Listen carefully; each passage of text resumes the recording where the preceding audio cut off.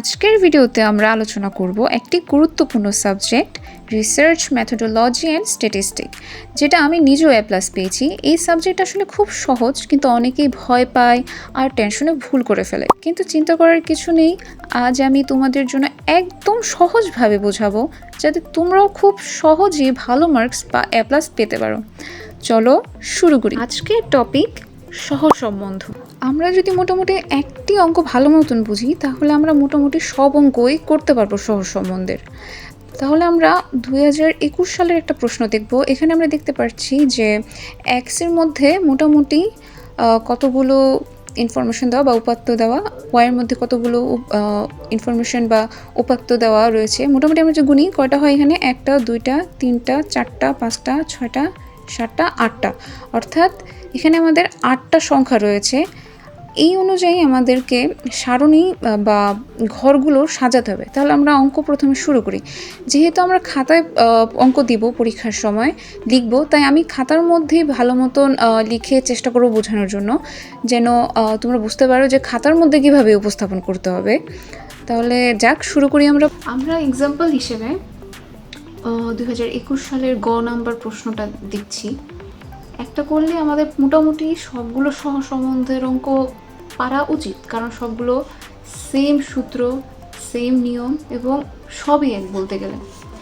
তাই প্রথমে আমাদের যেটা লিখতে হবে, আমরা জানি, লিখে সূত্র লিখতে হবে। প্রথমে সূত্র লেখার রিজন হচ্ছে, যদি আমরা সূত্র লিখি তাহলে আমাদের যে পরবর্তীতে আমরা সারণী তৈরি করি, এখানে আমাদের কোনটা প্রয়োজন বা কি কি প্রয়োজন, এটা আমরা সূত্রের মাধ্যমে জানতে পারি। তাই প্রথমে আমাদের লিখতে হবে। অনেক নোটবুকে বা অনেক গাইড বা টেস্ট পেপারে এমন থাকে যে প্রথম সূত্র দেয় না, প্রথমেই দেখা যায় যে এইটুকু করার পরে তারপরে দেখা যায় একদম সূত্র দেয় একদম নিচে। কিন্তু ওইটার চেয়ে বেশি বেটার হচ্ছে প্রথমেই সূত্র দেওয়া। আমরা জানি লিখে প্রথমে সূত্র লিখে ওই অনুযায়ী আমাদের ছক তৈরি করা হচ্ছে সবচেয়ে বেস্ট। তাহলে আমাদের ভুল হওয়ার সম্ভাবনা কম থাকে, প্লাস হচ্ছে আমাদের রেকগনাইজ করতে খুবই সহজ হয় যে আমাদের ঘরগুলা কতগুলো হবে, ঘর বা আমাদের শাড়ি কতগুলো হতে পারে, একটা আইডিয়া হয়। তাহলে দেখা যাক, প্রথমে আমরা কি পড়লাম, যে আমরা জানি সহসম্বন্ধ আর সমান summation x y minus summation x into summation y by N.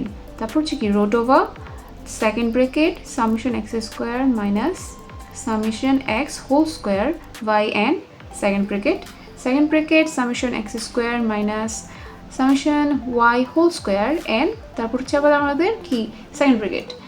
তাহলে এটা দিয়ে আবার এটা ডিভাইড করা। এই সূত্র মুখস্থ করলে পরীক্ষায় তুমি 10 10 পাচ্ছ। মোটামুটি সব সালেই দেখা যায় যে সহসম্বন্ধ থেকে একটা না একটা কোয়েশ্চেন আসে, অর্থাৎ তুমি একটা শিখলে 10-এ 10 পাইতেছ। তাহলে দেখা যায়, তাহলে আমরা সূত্র জানি।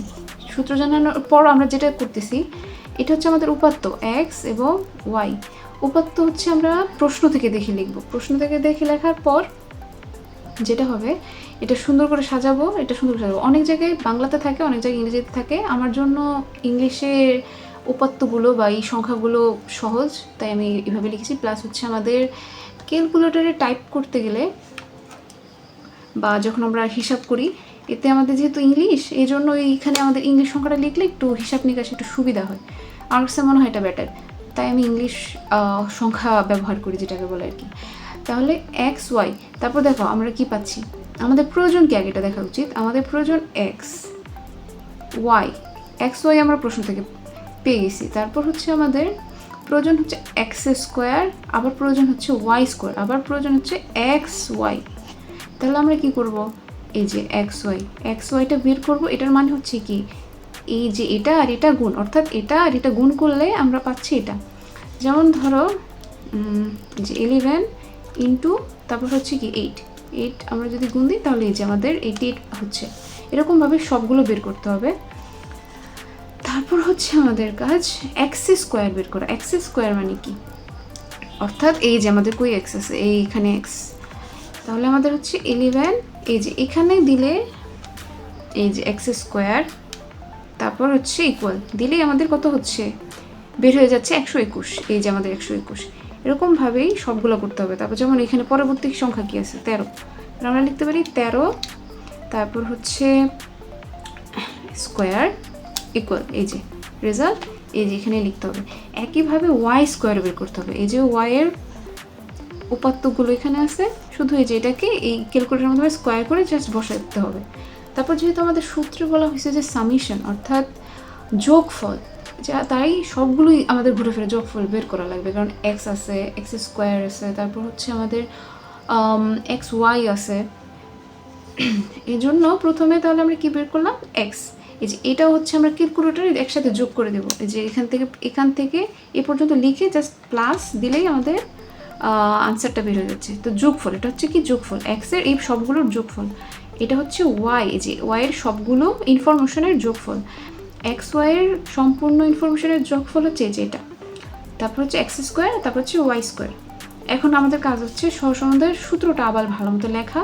তারপর এই যে এইগুলো যে আমরা পেয়েছি এখান থেকে, সেগুলো মান অনুযায়ী শুধু বসানো, আর কোনো কাজই নেই। যেমন আছে প্রথমে কি আছে, সামেশন এক্স ওয়াই, এই যে আমাদের যোগফল আমরা এই যে সারণী থেকে পেয়েছি, এই ইনফরমেশনটা শুধু এখানে লিখে দিতে হবে, যে মানে মান বসানো যেটাকে বলে। এই যে এটাকে এখানে লিখে দিলাম। তারপর এখান থেকে আমরা মাইনাসের মাইনাস এক্স সামেশন কোথায়, এই যে এটা হচ্ছে আমরা সারণী থেকে পেয়েছি। এই যে আমরা লিখলাম 122, এখানে ইনটু আছে গুণ, তারপর হচ্ছে আমাদের ওয়াই সামেশন দরকার, ওয়াই কোথায় আছে, এই যে 95, এখানে লিখলাম। তারপর এন হচ্ছে কত, 8, 1 2 3 4 5 6 7 8, 8টা সংখ্যা না আমাদের এক্স আর ওয়াইয়েরই কিন্তু 8টা সংখ্যা বা 8টা ইনফরমেশন বা তথ্য বা উপাত্ত যেগুলো। তাহলে 8টা সংখ্যা আছে, এই জন্য এন এর মান হবে আমাদের 8। এই জন্য এন এর মান আমরা 8 একদম একেবারে কি দিয়ে দিছি। তারপর হচ্ছে এইটুকু লেখার পরে আমাদের কাজ হচ্ছে এই যে এইটুকু, তারপরে হচ্ছে এগুলো মান অনুযায়ী বসানো। যে ওয়াই আছে, ওয়াই আমরা কত পাইলাম, 95। তারপর আবার কি পেয়েছি দেখো তো, এই যে এক্সের মান কত পাইলাম, এই যে এটা 122। শুধু লিখে সাজানো পর্যন্ত হচ্ছে কাজ। ঠিকঠাক মতো সাজানো হয়ে গেলে আর কোনো সমস্যা নেই। তারপর কাজ হবে শুধু ক্যালকুলেটর থেকে আমাদের কাজ হচ্ছে মানগুলো শুধু সলভ করে দেওয়া। যেহেতু আমাদের কাছে ক্যালকুলেটর আছে, এই জন্য চেষ্টা করবা যেন লাইনগুলো মানে এতটা না হয়, কম লাইনেই যেন শেষ হয়ে যায়। তাহলে যেমন আমি দেখাই, এখানে আমরা যে মান, এখানে প্রথমে 122 গুণ 95 ভাগ কত, 8। এটা আমরা ক্যালকুলেটর একবারে করে ফেলবো। একবারে করলে হয় যে 122 গুণ, তারপর হচ্ছে কি 95, এই যে আনসারটা পাইছি। তারপর একসাথে একদম করে ফেলবো, ভাগ 8। কত হলো, একটা বড় সড়ো সংখ্যা হয়েছে। যেই বড় সড়ো সংখ্যাই হোক, এই সংখ্যাটা আমাদের কাজ হচ্ছে যে এখানে একবারে লিখে দেওয়া, বারবার এত স্টেপে না করে একবারে লিখে দেওয়া। তারপর হচ্ছে পরের লাইন, যেমন এখানেও দেখতে পারতেছো যে এখানে আছে কি, প্রথমে স্কোয়ার আছে, তারপর আবার 8 দিয়ে ভাগ, এখানে আবার কি 95 স্কোয়ার আছে, আবার 8 দিয়ে ভাগ।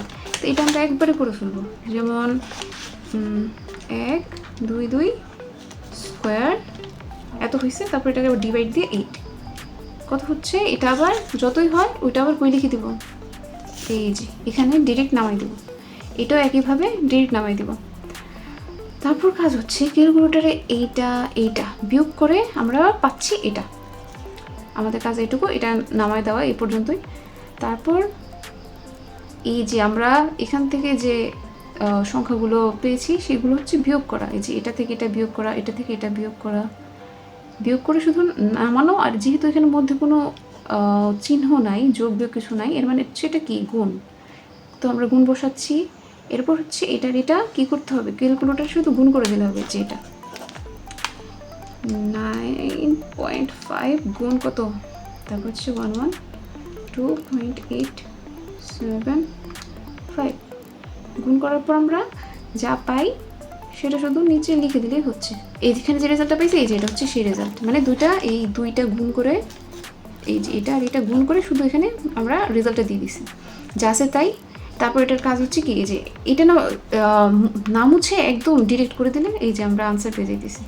তাহলে আমরা কত পর্যন্ত নিলাম, এই 8, এখানে 88 আছে। তো দুইটা মানে সংখ্যাটা তো অনেক লম্বা, এত বড় সংখ্যা না নিয়ে এটা যেহেতু 5-এর উপরে আছে, এটাকে এই সংখ্যাকে এর সাথে এক যোগ করে এই পরেরটুকু আমরা বাদ দিলেই হয়ে যেতেছে। তাই এই যে আমরা 9 পর্যন্ত সংখ্যা নিয়েছি।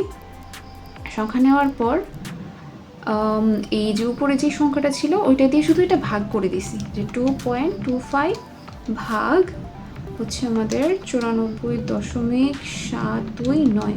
এই যে এটা, এই দুইটা, এটা আর এটা ভাগ করে দিলে আমাদের হচ্ছে কি 0.0237।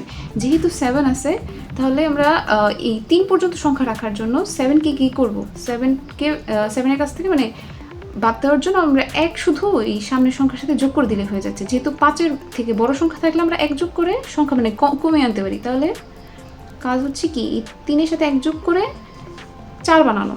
তাহলে আমাদের রেজাল্ট আসতেছে কি 0.024। এরপর লিখতে হবে প্রায়। এইটুকুই হচ্ছে কাজ। সবগুলো অঙ্ক একই নিয়মের, সবগুলো অঙ্কর সূত্র এক, তাই তেমন কোনো সমস্যার মধ্যে হওয়ার কথা না। একটা অঙ্ক পারলে মানে 10 কনফার্ম, প্লাস হচ্ছে সব ধরনের অঙ্ক পারা যাবে। তাহলে আমাদের এইটুকু গেল। এখন যে আরেকটা ইম্পর্টেন্ট লাইন আছে সেটা হচ্ছে আমাদের এটা এই শেষে একটু লিখে দিতে হবে যে এক্স ও ওয়াই চলকের মধ্যে কি মানে ওদের সম্পর্কটা কীরকম বা সহসম্বন্ধ কীরকম বিদ্যমান। এখানে যেহেতু 0.025 আছে তাই এখানে লিখতে হবে এক্স ও ওয়াই চলকের মধ্যে নিম্নমাত্রায় ধনাত্মক সহ সম্বন্ধ বিদ্যমান। এরকমভাবে আরও আছে, যেমন যদি তোমার রেজাল্ট এরকম হয় যে আমি দিয়ে দিতেছি সহসম্বন্ধের মাত্রা, অর্থাৎ চলকগুলোর মধ্যে সম্পর্ক কীরকম বিদ্যমান সেটার জন্য মূলত এইগুলো লিখতে হয়। তাহলে দেখা যাক যদি 1.00 থাকে তাহলে হচ্ছে ওটাকে বলা হবে পূর্ণ ধনাত্মক সহসম্বন্ধ। 0.75 থেকে 0.99 যদি থাকে তাহলে সেটাকে বলা হবে উচ্চ ধনাত্মক সহসম্বন্ধ। তারপর হচ্ছে 0.25 থেকে প্লাস 0.74 থাকলে সেটা হচ্ছে আমাদের মধ্যম ধনাত্মক সহসম্বন্ধ। তারপর হচ্ছে 0.01 থেকে 0.24 পর্যন্ত থাকলে তাকে বলা হচ্ছে নিম্ন ধনাত্মক সহসম্বন্ধ। আর শুধু যদি আমাদের 0 হয় তাহলে হচ্ছে সেটা শূন্য সহসম্বন্ধ, অর্থাৎ কোনো প্রকার কোনো সম্পর্ক নেই। তারপর হচ্ছে যদি -0.01 থেকে -0.24 থাকে তাহলে হবে আমাদের নিম্ন ঋণাত্মক সহসম্বন্ধ। তারপর হচ্ছে -0.25 থেকে -0.74 থাকলে সেটা হচ্ছে আমাদের মধ্যম ঋণাত্মক সহসম্বন্ধ। তারপর হচ্ছে -0.75 থেকে -0.99 হলে সেটা হচ্ছে আমাদের উচ্চ ঋণাত্মক সহসম্বন্ধ। -1.00 থাকলে বা আমাদের উত্তর যদি -1.00 হয় তাহলে আমাদের সেটা হবে পূর্ণ ঋণাত্মক সহসম্বন্ধ। তাহলে আমাদের উত্তর সবসময় -1.00 থেকে সর্বোচ্চ থাকতে পারবে আমাদের +1.00, মানে আমাদের এইটুকুই আমাদের আনসার হবে। যদি এর বাইরে আমাদের কোনো কিছু আনসার হয় তাহলে বুঝতে হবে অঙ্ক আমরা আমাদের ভুল হয়েছে উত্তরটা। তাই আমাদের আনসারটা অবশ্যই এই সীমার ভিতরে থাকতে হবে। আর অঙ্কের শেষে আমাদের এইটুকু লিখে দিতে হবে ওদের সম্পর্কটা কি বা চলকগুলোর মধ্যে কি পরিমাণ সম্পর্ক রয়েছে সেটা আনসার অনুযায়ী আমাদের লিখে দিতে হবে। তুমি এটা স্ক্রিনশট দিয়ে রেখে দিতে পারো, তুমি যখন অঙ্কগুলো করবে তখন এটা তোমার সহযোগিতা করবে লাস্টের উত্তরটুকু দিতে। আর এছাড়াও আজকে এইটুকুই সহসম্বন্ধ সম্পর্কে। এই একটি অঙ্ক পারলেই তুমি সব অঙ্ক পারবে এবং 10-এ 10 পাবে। এছাড়াও পরবর্তী ভিডিওগুলোতে আরও গড়, মধ্যমা, প্রচুরক, গড় ব্যবধান, পরিসরাঙ্ক, চতুর্থ ব্যবধান আরও নানান কিছু আলোচনা করা হবে, যেগুলো তুমি যদি বুঝো একবার তাহলে তোমার A+ নিশ্চিত। আজকে এই পর্যন্তই, টাটা।